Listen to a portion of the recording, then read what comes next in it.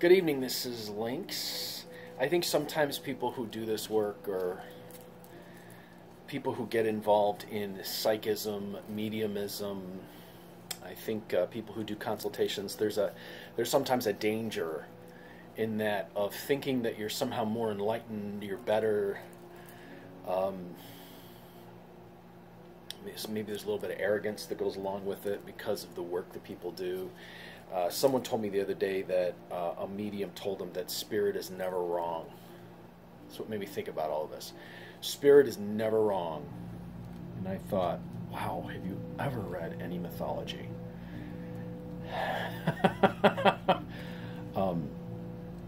There's this belief that just because it's on the other side that it can't be wrong. And even in all of the old stories, even in the Bible, gods were wrong. So that made me think about getting realistic here. 8 things I've learned as a professional psychic about life. And I think that these are things that apply to all people. And things that you learn about all people, either because you do readings and you see a lot of people, what they go through, you see their struggles, and what you learn as a psychic. So these are 8 things I've learned as a professional psychic about life. And I think that it doesn't matter if you're in this business or not. It doesn't matter what you call yourself or how you define yourself. We all have opportunities in life to make a difference. We all have different skills. We all have different talents. And these are 8 things that may help you along the way. A tool is no substitute for the heart. That's the first one. The minute you think that the tool is all important and you get all hooked up in the tool, you lose your heart. The heart doesn't know jealousy. The true heart, when you're truly in your heart, it doesn't know jealousy. It doesn't know self-doubt. It doesn't know compromising itself for the sake of something superficial. It doesn't really know superficiality. It is grounded. It is solid.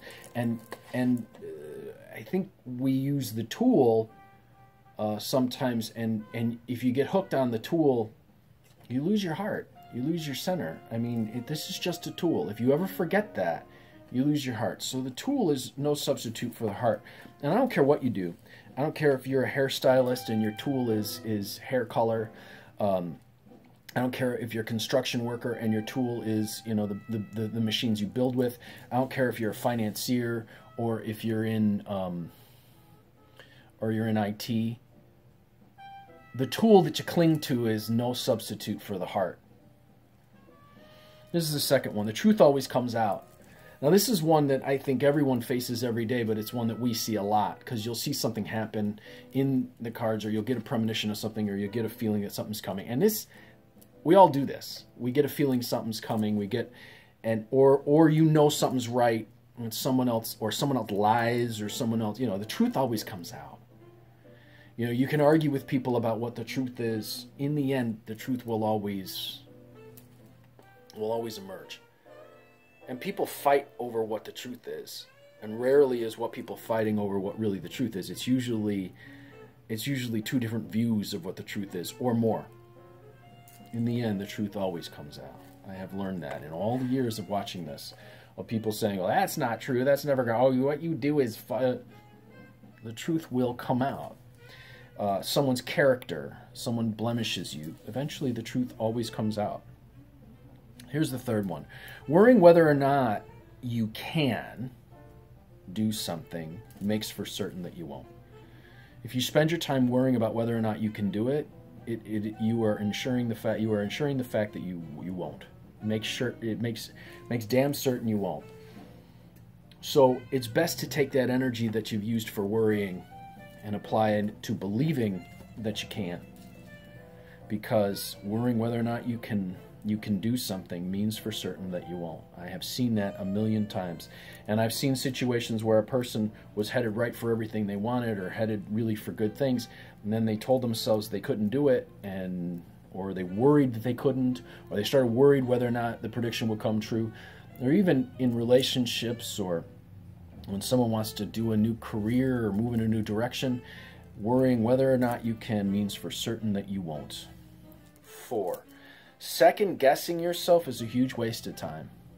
If you can be definite in your approach and take a step and move forward in a direction towards your goals, it doesn't help you to stop and second guess. Once you've made up your mind, it doesn't help you to stop and second guess. You can check in every once in a while to see if you're being flexible enough and realistic enough and practical enough to achieve what it is you want to achieve, or to make sure that other people are not being stepped on or hurt or harmed.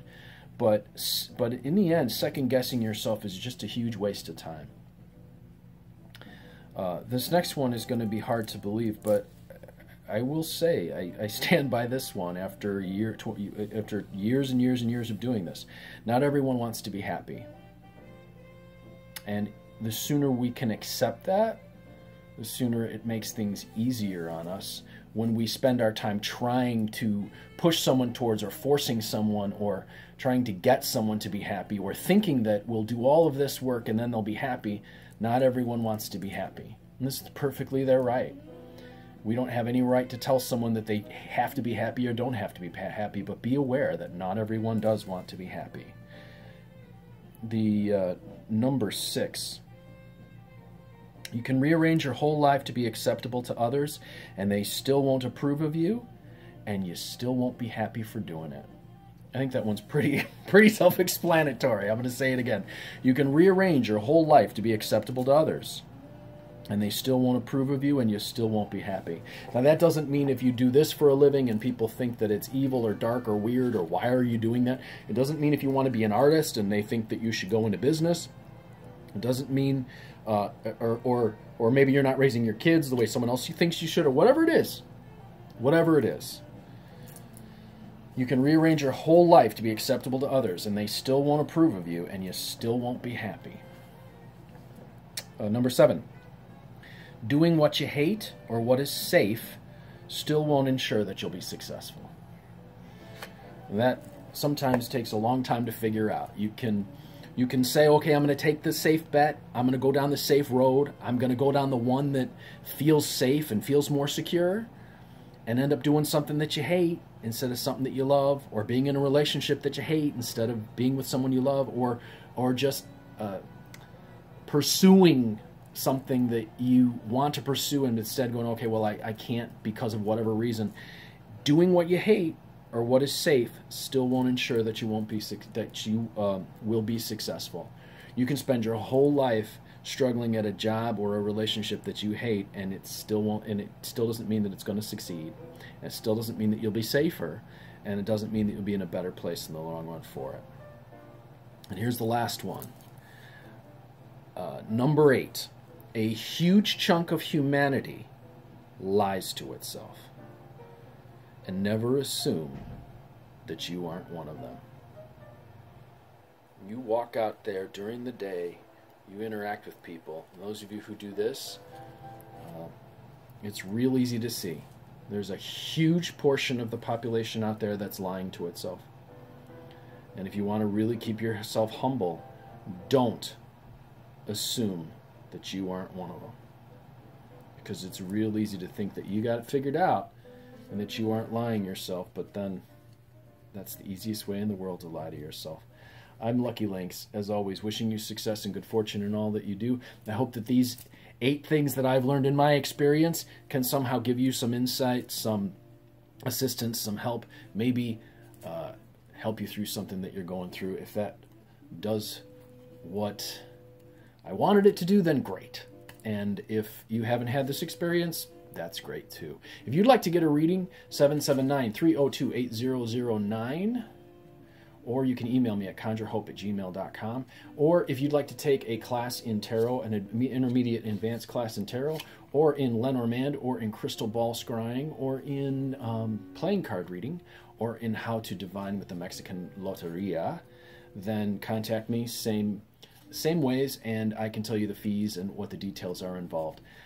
May you and your experience be bold, be happy and be fruitful.